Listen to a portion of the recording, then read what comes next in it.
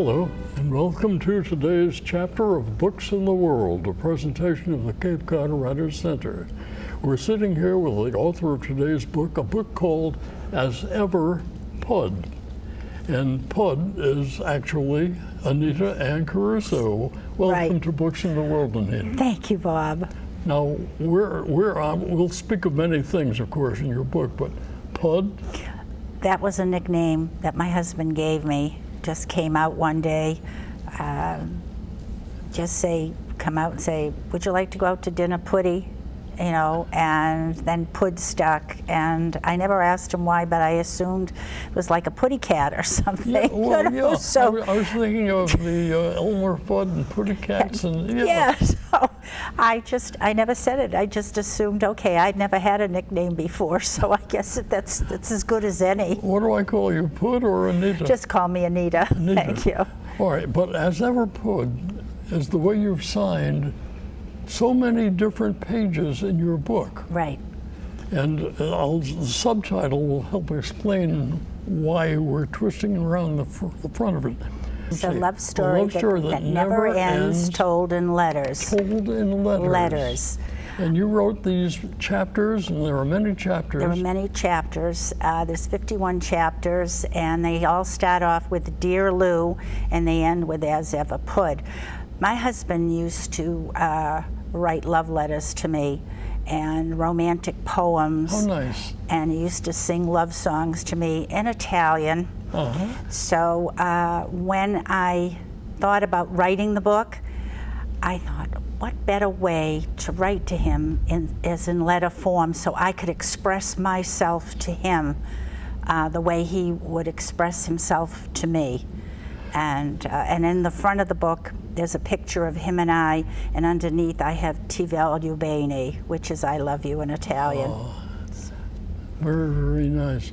Now, your own story is rather complex in that, as Mrs. Caruso, as you sit here now, that was not always your married name. No, my married name was Balanoff, and I had been married for about 22 years.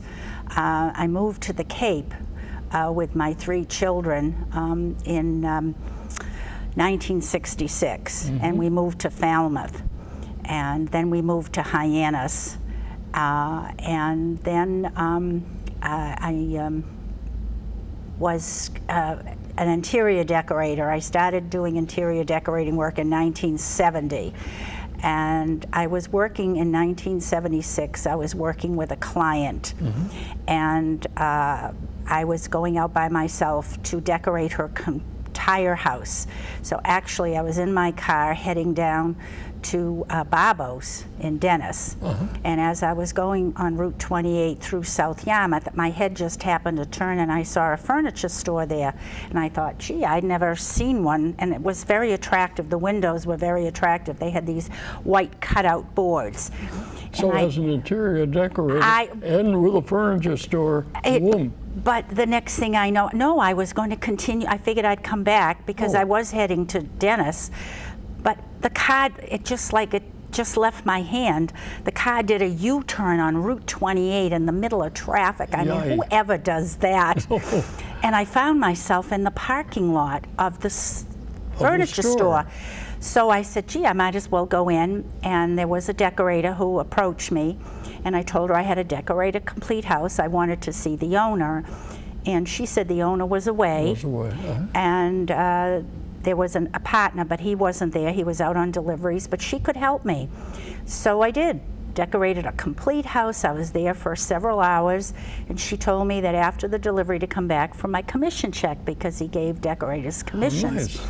So when I came back, after the furniture was delivered, I met my Lou Caruso, yes. I met the owner, yes, one of the owners. And then he asked if I wanted to work there, and because he was very impressed, you know, and I said no. I was very happy doing what I wanted to do, just being on my own.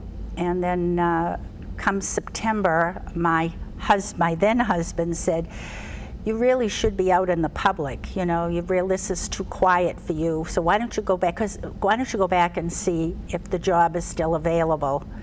And I went back and I got hired, and the rest is in the book. Yes, and it's a rather self-confession all the way through. Yes, I mean, it's a major change in your life, and Lou's life for that matter. Well, first of all, he was married for 30 years. And you had been married at the 22, so we had over a half a century between us. And he had 8 children and I had 3. So when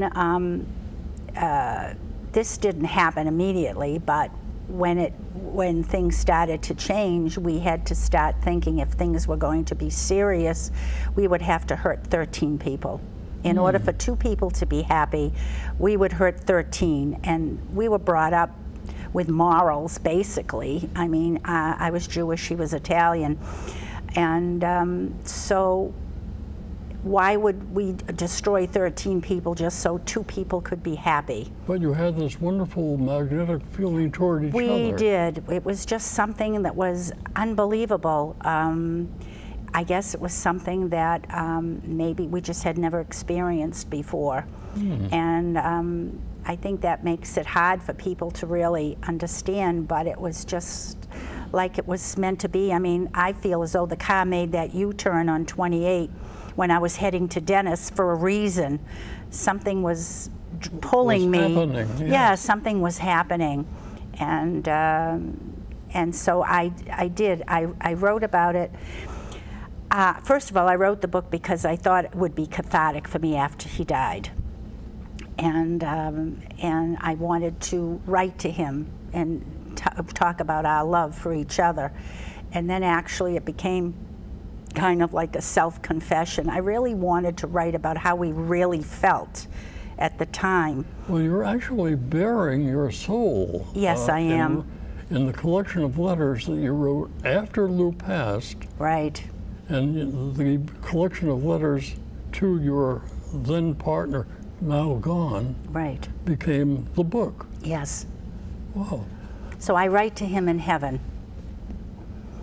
So all the letters are written to him in heaven, and the last chapter is, the epilogue, is a letter written from him to me from heaven. Now that's a challenge to explain, isn't it? Yeah, it took a while to write that. Yeah. But I kind of thought I knew what he would say. Now, of all the chapters, and they're just, well, each chapter is almost a letter in itself. Yes, they are. Each one is a letter, except for the ones that, well, they are all letters, and then some of them have the poetry that he wrote me. So. Now, all right, so after Lou died, some time passed, I would assume, before you started to write. 7 months. Well, that's rather quick. Well, he died in 2007. Yes. He was 77 years old. I didn't realize it was 7 months, but Nauset Middle School has extracurricular programs, and I received one in the mail, and I was actually going to go back and do some artwork because I like to draw. And I saw it, if you ever wanted to write a book, do it now, by Nikki Burnell. So I called up and I joined the writing group. And it just so happened it was 7 months after he died. And now it's 7 years after he died that the book got published, and I'm 77. You're rolling in 7. I'm rolling in 7, plus the year 2014 adds up to 7. If I was a betting man. I know. And number 7 is not one of my lucky numbers, so I don't know where the 7 comes in. But was it hard to write the first letter to a husband who is no longer there? No, actually, I thought, I was just trying to think about how I was going to get started, and then I thought, well, why don't I just get started from the very beginning about that unexpected, I called it an unexpected U-turn in 1976. How you happened to end up at his furniture store. Right, brought me together with a man who was married 30 years and myself 22, and the 11 children between us, down a road that changed all our lives forever, really changed all our lives forever. You know, it's a huge jump. It wasn't really, it wasn't a happily ever after at the beginning. No, I can only imagine, Anita, between the families, the children, Yes, the other spouse. yes, I mean, you had a husband, he had a wife, right. and to suddenly say, well, things are going to change, that's After a lot of years. Yeah, a It massive is. step. And it was kind of like I said, trying to visualize having two people be so happy and destroy 13 people. I mean, we talked about not doing it, you know, and maybe just living our lives.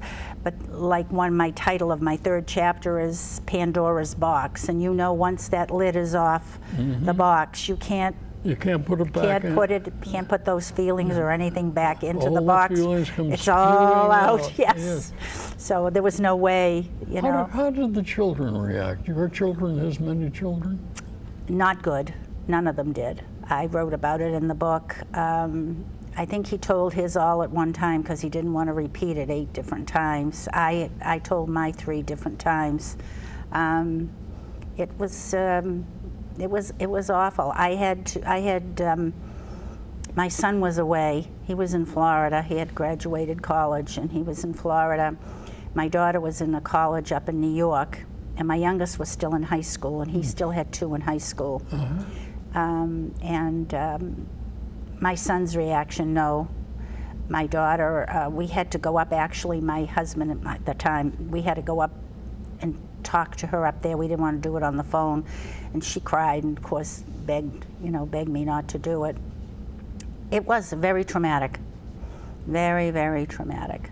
So when you were writing that particular part of your story in your letters to Lou, was that very hard to put it into paper? I mean, you're confessing and you're bearing your soul. You have no idea how many times that was changed and re-edited and edited and re-edited in my mind, and writing it down to get it exactly the way I wanted to get it. But let me explain. Yes, it is at the beginning of the book, and it tells you how we fell in love and what happened. But I wrote it so that there's more to the book. It talks about our love, you know, after we got married. It talks about our marriage. It talks about how the children come around and how we have all these parties and get-togethers. And of course, you know, Thanksgiving and Christmas was very difficult, you know, going from this house to that house. But we did it. And we had a lot of things at our house, and I go into the weddings because the first few years we were married, we had 4 of his children got married. 4 were already married, so there were weddings, and it was multiple celebrations and events. Lots of celebrations. I have to say that our exes did get married before we did, even though we asked for the divorce. Oh, really? Yes. So they got married before we did. That's kind of...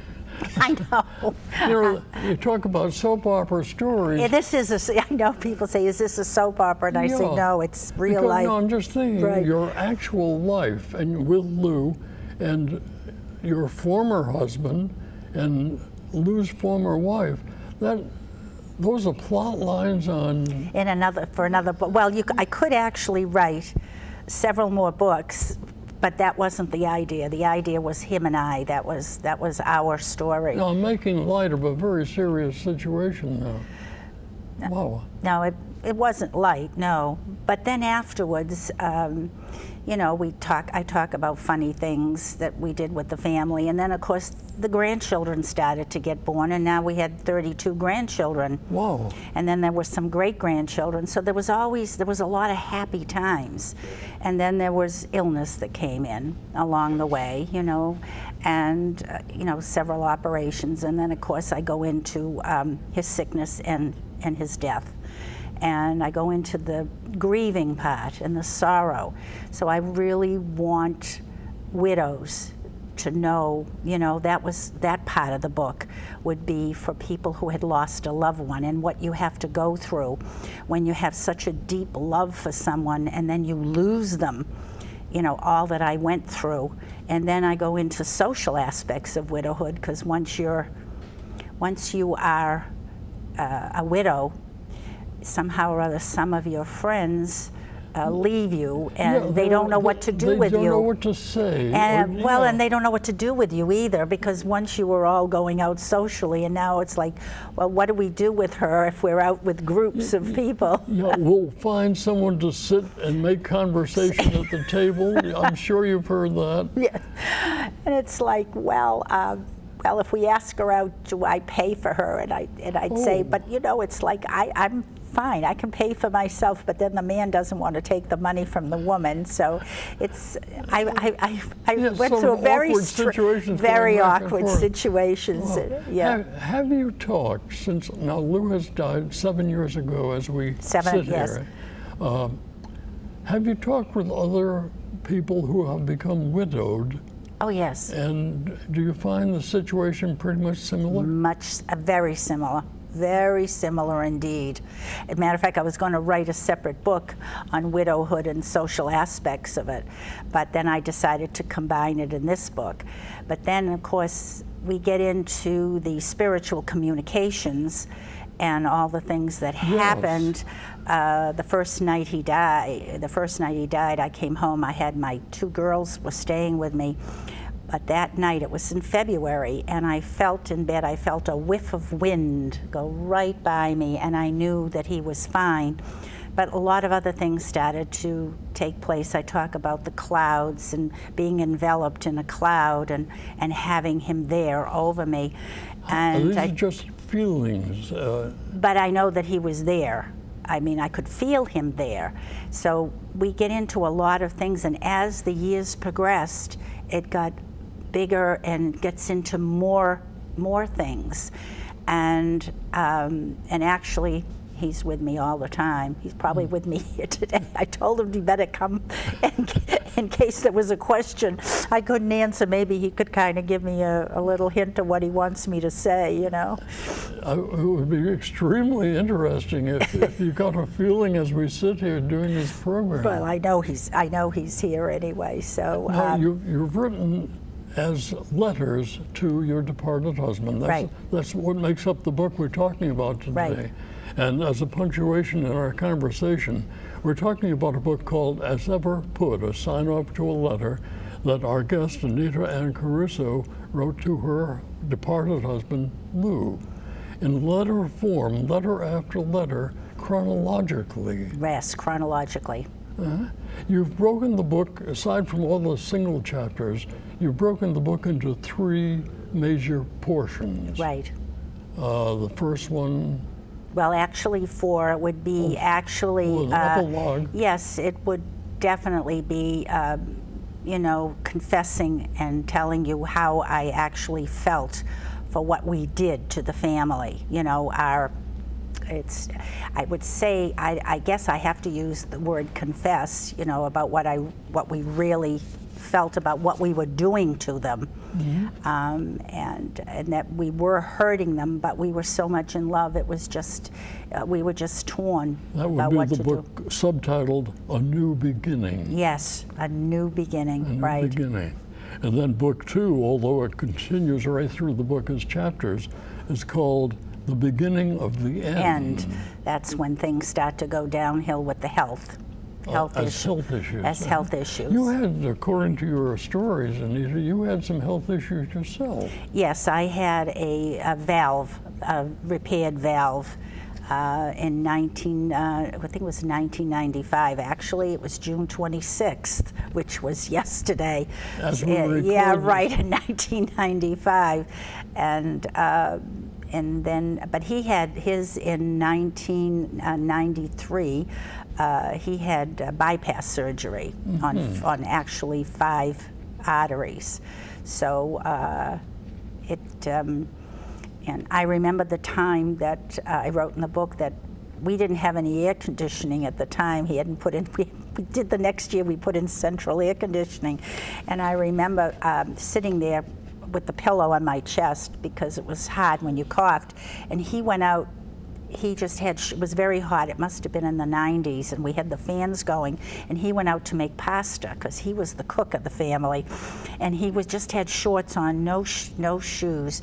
And when he went to take the hot water off the stove to drain it, it hit the thing, and the hot water went, and I heard him scream. Well, I tried to get up quickly, and I saw that the skin was coming right off his feet, so I called his daughter and back, who happened to be home. She's a nurse. She came over. He didn't have to go to the hospital, but she put some salve on, and there we were. He was sitting up there with his feet, and I'm sitting there with who was helping who?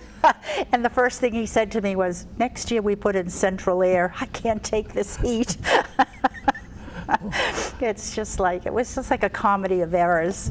But he had a great sense of humor. And you're laughing now. Yeah, but it wasn't funny then, no. But he was the resident chef of the family. He was the cook. He was the cook. So after he died, I really didn't do too much. I thought, it's just me, but I figured, you have to you have to start eating. So yeah, I wish I had copied a lot of his recipes down, but I do okay.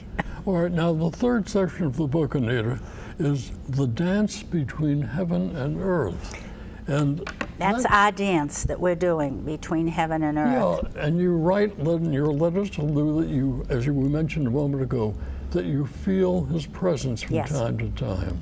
A lot, yes. A lot. Mm-hmm. Does it increase as the time goes by? It is increased in the past year and a half, actually. Really? Yes, actually the book went up to present time. I had stopped the book, but then I had to write about these encounters. And as a matter of fact, I had ended the book with his letter from heaven, but then I heard him one day. I was at the table, and he said, "You haven't finished the book yet. You have one more chapter to write." And I said to him, "I don't know if I really want to write that chapter, because people are going to think I'm Looney Tunes. They're going to lock me up and throw away the key."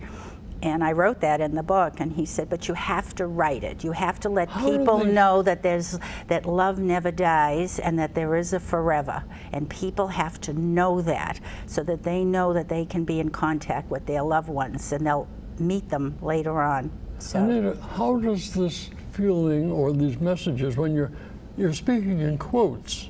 Yes, but how does it appear? How does it feel? How does it come to you? It just feels, it's energy. In as words, or? I can hear him, yes. I can hear his voice. I'll ask him, certain things, and I can hear him answer me. But basically, it's physical energy. You feel it. I can tell because my body changes. It just, sometimes the arms move. I could be sitting there, and I'll be talking about something, and I may not feel something had happened, and my hand will come up very slowly, and I have no reason, because I'm not moving it, and and it's kind of like, when you touch yourself, you can feel it. Yes. But when he does it, it's kind of like, it takes my hand, and it's just as soft as can be, and it's like, don't worry. And sometimes my hand will go to the chain that's here. That's his chain that I put on the day he died, and I've never taken it off. And somehow or other, it's comfortable for him to know that chain is there, plus his wedding band, so which I've never taken off. And he likes that I wear it, so it's very comforting. And so of course, I write about the medium in the book, too. Yes, I was going to ask you about that. After you started to get these feelings. I went to her, yes. Well, of course, I didn't have those strong feelings, but then years ago when I did go after he died. You searched out? I searched her out, and I went to her, and she said he was right there in the room, and that he'd always be there, and that when I died, he was going to be waiting for me to dance with me as I came in. And that she said, "I see you writing a book and you're going to be talking, and this was 7 years ago. Yes. And I had no intention at that time. And that's why when I saw that Nauset thing and I was ready to go to the art class, all of a sudden I'm saying to myself, well, maybe I'll write a book. I mean, it just... And with that feeling, how did you just decide that you would put it into letters to Lou? Well, instead of just a descriptive... Well, because of the way he wrote to me in letters. Uh-huh. So I was just trying to think, how am I going to do this? I mean, he's not here, he's in heaven. How will I do this? Why not write to him? And I will just write to him and he will just get my letters. And then I didn't think about how we were going to end the book. And I just thought, well, I'll have him write to me. Wow. So the epilogue is a letter from him to me. And that's kind of like a tearjerker, yes, it is. And these letters we've been talking about for this program are all combined in the book we're talking about today, As Ever Put, by our guest, Anita and Caruso. We mentioned that this program that we do here on Books in the World are pre-recorded, and they play on TV at different times and multiple times. Right. Well, with that in mind, Anita, I know that as we sit here, 2 days ago, chronologically, it was your birthday. Yes. And I won't tell what year you were born, but I've planned a little, here we are. What? Well, we're going to sing Happy Birthday to You here. Just a moment.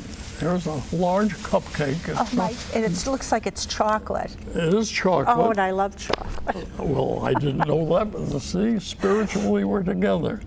And which end is up? There we are. And before this program is totally over, Anita, Caruso, if this match lights successfully, probably it won't. I'm having a terrible time with this match. Well, anyway, that's the thought. Light it somewhere, but happy birthday to you, Anita Caruso. Thank you so much, Bob. That's wonderful. I know I'm a terrible stand-in for your husband, Lou, but I figure for your birthday, this is something special. And our anniversary is tomorrow. It would be 33 years. June 28th is our anniversary, so this is a double. We're commemorating. Yes, you are. Thank you so much. It's a fascinating book, a book we're talking about today. It's called As Ever Pud, Pud being a nickname from Lou to Anita. And this collection of letters you find fascinating because not only is it your story with Lou, but in any couple's lives, there are feelings that go back and forth, perhaps interruptions in a marriage, conflicts here or there, and no one is immune from all of those things. That's right. And our guest today, Anita Ann Caruso, has put it all together for everybody to read. Take a look at As Ever Put. Thank you, Ann. Thank you, Anita Ann, for coming in today. Fine. Thank you so much, Bob. It was a pleasure. It was a pleasure. Happy birthday to you. Thank you. I'm going to enjoy that. And we thank you especially for looking in today, because without our viewers, it's just a conversation. That's right. And we hope that we've sparked your interest in our book today, As Ever Put. Thank you very much for listening and watching today on Books in the World, a presentation of the Cape Cod Writers Center. Thanks for viewing.